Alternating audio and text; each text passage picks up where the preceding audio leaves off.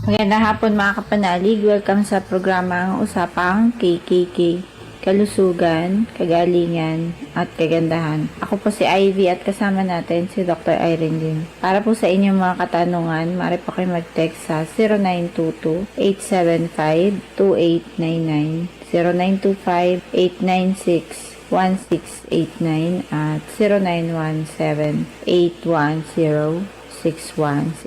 Para po sa may mga YouTube at Facebook, pwede nyo pong hanapin si Dr. Type niya lang po ang Dr. Irene Lim. Magandang hapon, Dok. Magandang hapon po muli sa inyong lahat at welcome po sa ating talakayan sa Usapang KKK. Ang inyo pong lingkod, si Dr. Irene Lim, ang magbibigay na naman po sa inyo ng panibagong kaalaman. And always remember that knowledge is power. Ligtas ang may kaalaman. When you lose your health, you will lose everything. And paki-like, paki-share, and i-click nyo ho yung button bell for notification ho pag may bago tayong upload, no? Pwede nyo hong i-search dyan yung mga na-miss out nyo pong episode. For our announcement, habang may stock po tayo, makiagaw na ho kayo sa ating anti-aging soap and whitening soap. Available ho sa Shopee. Look for IV anti-aging and IV whitening soap.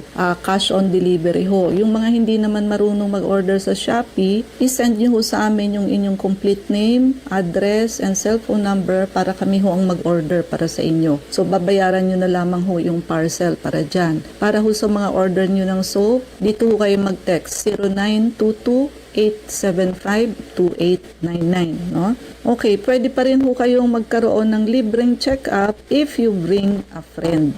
So, para rin ho makatulong kayo sa inyong mga kaibigan na may karamdaman, no? Na minsan no, hindi nila alam saan sila pupunta, lalo na yung mga for operation, no? So, baka ho masettle natin nang wala pa hong walang operasyon tulad ho ng may gallstone, kidney stone, so masesettle ho natin yan nang walang opera. And pati na ho yung may mga cancer, may protocol ho tayo dyan, no? So, kasi ho, chemo and radiation, talaga ho may side effect yan, no? So, mas maganda ho yung walang side effect yung gagawin ninyong procedure, no? And also pati ho yung may mga high blood, diabetes. So, kung gusto niyo makaalis sa mga maintenance ninyo, so punta ho kayo sa amin. But of course, wala naman hong magic. It is also a process. Pero ho, kaka-detox and blood cleansing ho ninyo, ideally every 3 months, may i-improve ho ang inyong high blood, diabetes, cholesterol, triglyceride, uric acid. Because ayan ho, ang root cause ng halos lahat ng sakit is gallbladder and liver congestion. At yan ho ay talaga hong sapul na sapul yan. Pag na-detox kayo, plus yung dugo ho ninyo, lilinisin natin sa blood cleansing. And yung mga may sakit ho sa puso na ayaw magpa-opera, may protocol ho tayo dyan, no? So actually ho, halos lahat ng sakit, wag lamang ho fracture at anatomical problem. Pang-hospital ho talaga yan, no? Ayun ho, kadalasan ho for operation yung iba, no? Yung atin hong promo package, buy 2 plus 1 sa detox, blood cleansing, and vector scan. If you buy 2 detox, may free ho kayo vector scan or 1-day blood cleansing. Kung ang binili nyo naman ho, detox plus 1-day blood cleansing equals vector scan ho ang free ninyo, no? So, mas maganda ho ito kaysa dun sa dati nating promo kasi ho may libre kayong isa. Yung dati ho natin discounted lang. Take advantage nyo ho habang buy 2 plus 1 kasi ho pag nagsara ito, wala na ho uling promo, no? And yung high dose vitamin C ho natin, open pa ho, extended ho ang promo. Discounted po yan at ito ho ay nagkakaroon ng antimicrobial and anti-cancer effect pagka ho injectable and high dose vitamin C ho, no? Pag sinabi yung high dose vitamin C, it should be 10,000 milligrams pataas. And yung mga nagdo-Dr. Google ho, so iwasan nyo ho mag-Dr. Google kasi katulad ng isang cancer patient namin, nagbasa-basa lang ho sa Google. O ayun ho, nag-take ng 10,000 milligrams ng vitamin C. 1,000 isang tabletas. So, 10 tabletas araw-araw ang ginagawa niya. Kasi nga naman, 10,000 eh. So, hindi ho pwede ang oral dyan, no? So, it should be injectable. Lalo na ascorbic acid ang ginamit niya. O, edi, ano po? So, masakit ang balakang ngayon. Malamang, bukod sa cancer, may kidney stone pa. Magkaka-kidney stone ho kayo kahit na nga sa 500 milligrams lamang eh. Kasi ho, yung tabletas, may binder ho yan. Yun ho, nakakakos ng kidney stone. So, may danger ho yung pagse-self-medicate ninyo at pagdo-doctor Google ninyo, no? Okay lang ho magbasa ng Google, basta ho wag mas marunong pa sa doktor, no? At kung ano naman ho, eto naman, may isa naman kaming pasyente, ay napainom naman ho ng sodium bicarbonate for 3 years. So, ay normal pa naman ho yung CREA, wala namang kidney stone, no? So, ay buti ho, nagkonsulta dito sa amin. Kinumputan ng GFR, pinuntahang doktor. Ang GFR ho, yung abnormal na ang creatinine. Wala naman din hong cause na paggagalingan ng kanyang pagkasira ng kidney. Kasi okay naman ang BP, okay ang sugar, walang high uric acid, walang recurrent UTI, and wala rin hong kidney stone. So, wala hong reason for papuntang CKD. O, ang sabi, uminom daw ng sodium bicarb araw-araw, 3 times a day. Ay, yung sodium ho noon. So, always remember na ang sodium ho, pampataas ho yan ng BP. Hindi lang ho yung bicarbonate ang iisipin nyo, no? So, also, yung sodium bicarbonate naman na capsule na vitamin C, always remember, hindi ho, ang sinasabi ho kasi ng mga networking, kahit ilan ang inumin mo, kahit 3,000, 4,000 milligrams, okay lang kasi walang overdose, no? Iniisip nyo lang ho yung ascorbate, yung sodium ascorbate nga eh. Hindi nyo alam nakaka-contribute sa pagtaas ng blood pressure ninyo. So, ingat ho kayo sa oral vitamin C, whether it is ascorbic, the acidic form, or the alkaline form which is sodium ascorbate. So, may mga hindi ho kayo alam na makasasama po. Ang high-dose vitamin C ho, 10,000 to 25,000 milligrams, ginagawa ho yan injectable, hindi ho tabletas o hindi ho kapsula. High-dose vitamin C ho, pampaganda, pangpapino ng pores, no? Pampalakas, ayan ho, magbubloom ho kayo dyan, no? The healthy way, from the inside out. Pwede nyo na ho yan i-prepaid para hindi na ho kayo mapagsarahan ng promo, and ginagamit na rin ho ito sa mga ospital. Sa US po, yung mga nagkikimo and radiation, so nakaka-alleviate ho ito ng symptoms like nausea, vomiting, yung hair loss, and panghihina. Pag-isipan nyo ho muna kung hindi pa naman kayo nakikimo and radiation, so why don't you try high-dose vitamin C first. But hindi ho self-medication with the guidance of a doctor. Meron pa ho kaming ibang protocol, not high-dose vitamin C alone for cancer. And pati ho do's and don'ts, kung anong mga bawal sa inyo na kainin, malalaman nyo ho. Hindi ho totoong walang bawal sa may cancer. Marami hong bawal. Because if what you are eating is feeding your cancer cell, like sugary foods, soy products, dairy products, kahit ho anong gamot ninyo, lalaki pa rin ang bukol ninyo and uulit pa rin ho. Because yung root cause hindi nyo na-address. Yung gamat ho niyan hindi nyo natanggal, kaya uulit din ho yan, no? Kasi ang napatay nyo, yung nakausli lamang na bukol, yung mga nakapila hong microscopic cancer cell, siya ho ang susunod na uusli for recurrence and metastasis. Hanggat hindi ho natatanggal ang gamat ng cancer, uulit at uulit po yan at kakalat ng kakalat po yan, no? Ang atin pong vector scan, very beneficial because it catches the body before the onset of diseases. Russian technology ho ito, wala hong radiation. Ang result po, hindi ho siya subjective. Machine ho mismo ang magbabasa. Hindi ho base sa opinion ng nagbabasa. And accuracy is more than 90%. So lalo na ho yung mga may lahi ng cancer, ahead of time malalaman ho natin kung kandidato ang pasyente. And yung may mga lahi ho ng stroke, heart attack, ahead of time makikita na ho natin kung barado ang circulation ninyo. And makikita ho nito ang lahat ng mikrobyo, pati na ho ang mga allergens and chemicals na naipon ho ninyo sa katawan ninyo since birth. And ang scan ho natin, hindi parte-parte lang. This is a whole body scan. na walang radiation and you can easily get the result after ho nating basahin. No? And yung atin hong detoxification program, lilinisin ho nito ang colon, liver, gallbladder. So ipupupo nyo ho yung mga bato nyo sa abdo and also the kidney. It will kill parasite and remove chemicals inside your body. No? Since ang root cause ng halos sakat ng lahat ho ng sakit, ang pinagsisimulan ho is what?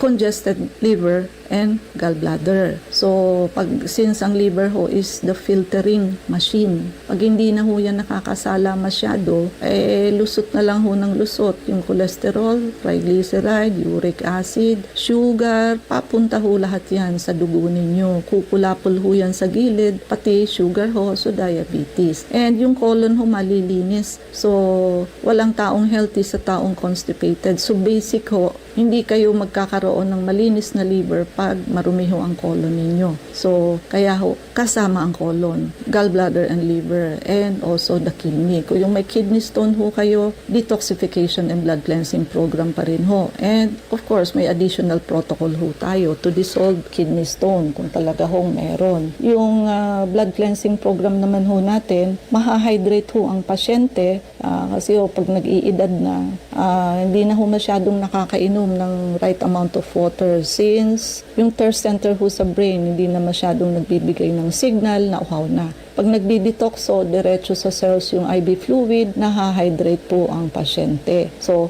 nano-normalize niya ho yung function. Nawawash out ho or nalilinis ang ating dugo.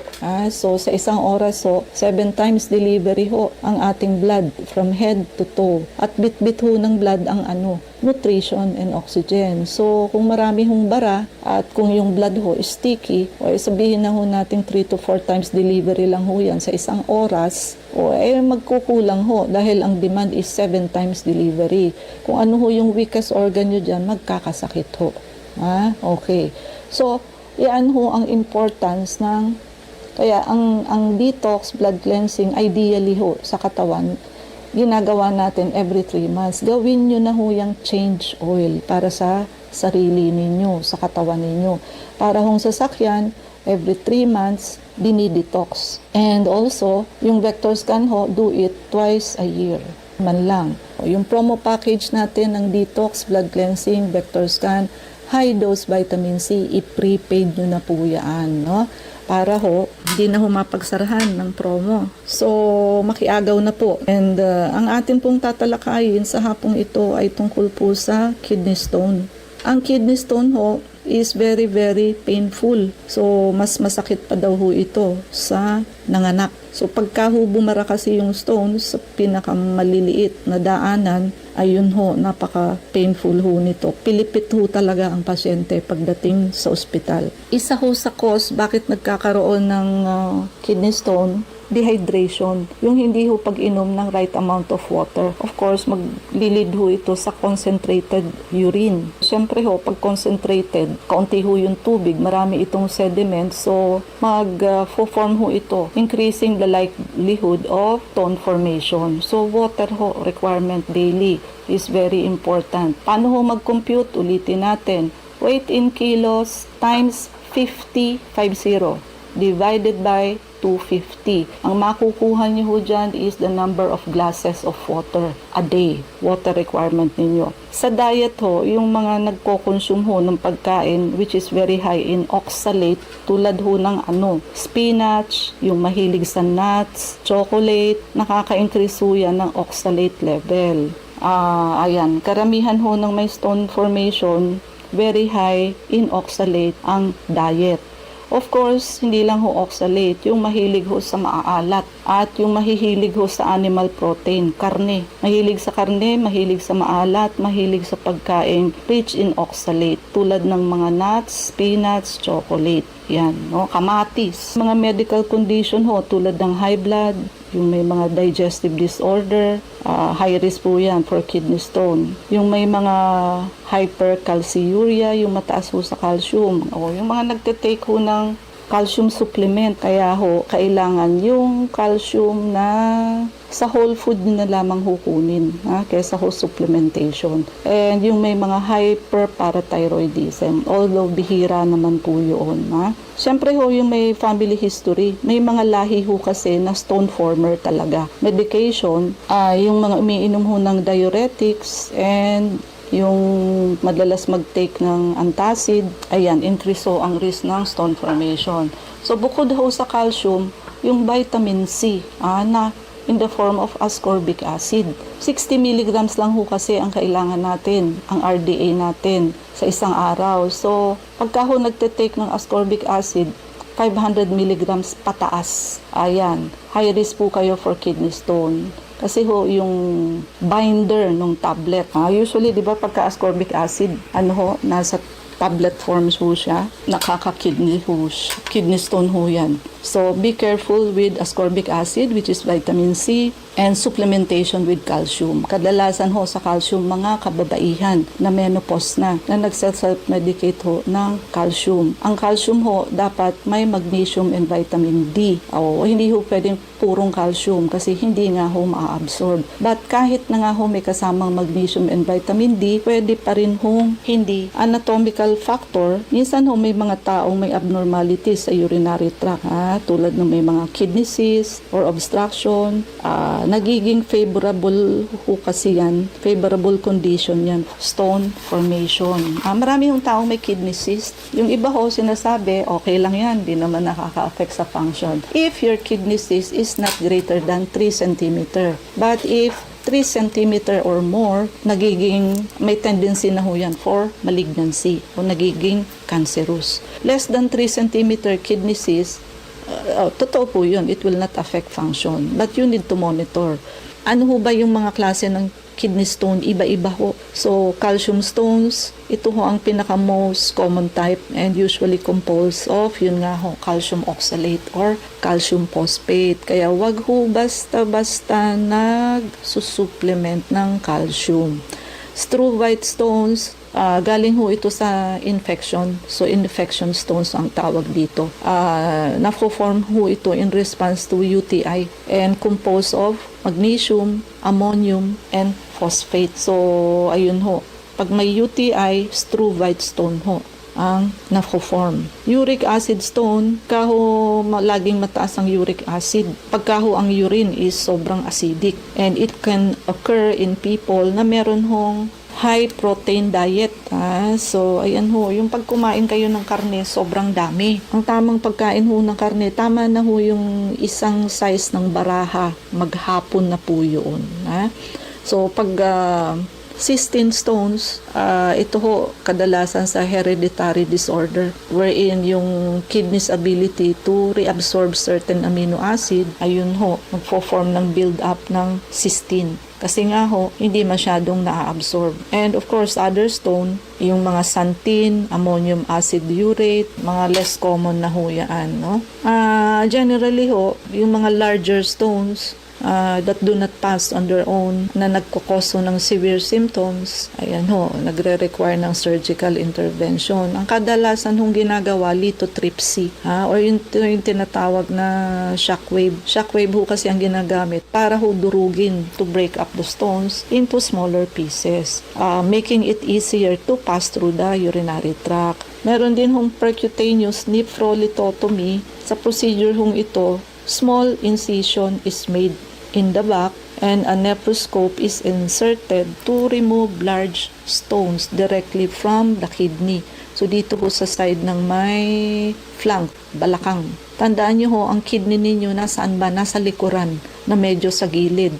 Sa side ho ng siko ninyo, elbow, nandyan ho ang level ng kidney. Now, pag gusto nyo ho ng matanggal ang kidney stone ninyo na wala hong opera, ayan, punta ho kayo sa amin, may protocol ho tayo para dyan. But of course, hindi naman din ho magic. Pero ayun ho, marami na ho kaming natanggalan ng kidney stone. Kasi ho, huwag nyo nang hintayin na sumakit ang kidney stone ninyo. Kasi ho, pagka sumakit, ibig sabihin ho, bumara. Pag sumakit ho kasi yan, talagang tatakbo kayo niyan sa emergency room dahil mas masakit pa nga ho sa nanganak. Doon pa lamang ho, magpunta na ho kayo sa amin para maagapan ho. Kasi ho, pag sumasakit na, pilipit na ho kayo niyan, malamang sa malamang, syempre, ospital ang punta ninyo, maooperahan ho kayo. No? Lagi hong ang ano natin is preventive, na hindi kayo ma-ospital. Ang may kidney stone ho, severe pain, so masakit ho, painful, masakit ang pag-ihi, minsan ho, putol-putol, blood in the urine, yun, kay microscopic or macroscopic, frequent urination, mayat maya ho umiihi, pero paunti-unti. Yung iba ho, nausea and vomiting, nagsusuka, lalo na pag ang pain ho is severe, lalo na ho sa bata, baliktad ho ibang presentation na may kidney stone sa bata or UTI, nagsusuka. So, fever and chills, ayan ho, pag umakyat ho sa kidney, pwede ho kayo mag-fever and chills, and difficulty passing urine. So, minsan ho, iniiri pa yung pag-ihi pag may kidney stones. So, pag meron ho kayong niyang mga yan, o mas maganda ho, pa-check up kayo sa amin. Nakikita ho natin yan sa vector scan. At so, kung sakali hong meron kayo, ayan, may protocol ho tayo para matanggal yan. So, Ivy? Or po dun sa mga nais magtanong, mag-text po kayo sa 0922-875-2899. Welcome po muli sa Usapang KKK. Ako po si Ivy at kasama pa rin natin si Dr. Irene. Narinig ko po yung CKD episode nyo. Doon po ako nagkainiyan na baka I need someone. Kasi matagal na po ako naka-maintenance meds. Worry po ako baka mag-end up ako sa dialysis. In spite na regular po ako, may meds at check-up. Sana po makapagpa-appointment ako. Okay, so tama naman po yung concern ninyo kasi marami hong tao ang basta lang ho umiinom ng maintenance but they are not checking if controlled yung BP and sugar nila, no? So nangunguna ho sa pagsira ng kidney is diabetes. Kung umiinom ho ng gamot pero hindi niyo naman na ipapasok sa normal, so masisira pa rin ho ang kidney. Yung blood pressure ho, kung umiinom kayo ng gamot pero hindi rin ho na ipapasok sa normal, masisira din po ang kidney. Uncontrolled BP and sugar, kahit na ho slightly elevated lang, in 5 years time can still damage your kidney. No, yan ho ang hindi alam ng karamihan. Kaya po bara-bara lang sila, no? Kumbaga iinom lang. Kala nila basta uminom ng maintenance, okay na. Hindi po. Pag uminom, kailangan din hong i-measure kasi kailangan hong malaman kung tama yung dosage ninyo or kulang pa ho. Kailangan ho, ang goal, maipasok sa normal. Kailangan hong malaman ng tao na pwede siyang mauwi sa dialysis if ang sugar at BP ay hindi ho kontrolado. And other things that can damage your kidney aside from uncontrolled BP and sugar is uncontrolled uric acid. So yung may gouty arthritis, yung recurrent stones, recurrent UTI. No? So, and pag-inom ho, abuso ho sa mga NSAID or pain reliever. Palista ho kayo ng check-up para maiayos po natin. No? And walang tayong oras, so mangyari po lamang na kayo magpalista kung kayo magpapa-check up. So Unit 1101, Klinika Medica 101, Centuria Medical Makati, Salamanga Street, Corner Kalayaan Avenue, Makati City. So ang landmark po natin is along Makati Avenue, yung corner General Luna Street. Everyday ho bukas ang clinic, pati na rin Saturday and Sunday and even holidays. So kailangan lamang ho magpalista kayo ahead. Ay mga numero. Pwede po kayong tumawag sa 546-9412, 0922-875-2899. Pwede rin po kayong mag-text sa 0925-896-1689 at 0917-810-6169. Prevention is better than cure and health is the best investment. Regaluhan niyo po ang inyong sarili ng pagpapacheck up para ma-auscultate namin ang likod ninyo. Maagapan ho kung kayo ay may walking pneumonia. Treatable naman ho yan. Kaya langan lang ho kasi nalalaman ho ng maaga. No? Kaso ho, yung iba nga ho, hindi nga ho alam kasi nga ho walang simptomas. That is the reason why everyday ho I am inviting everybody na magpa-check up. Kasi ho, nandiyan lamang ho sa paligid natin si walking pneumonia and especially ho karamihan ho elderly and diabetic patient lagi hong positive sa walking pneumonia. So all the while you know, isa pala kayo sa may walking pneumonia, it's too late ho. Kung ang una ninyong punta sa emergency room sisinghap-singhap na lang ho kayo at bagsak na ho ang oxygen. So yan ho ang karamihang nangyari sa pasyente natin noong panahon ng pandemic. Kaya ho ang daming namatay.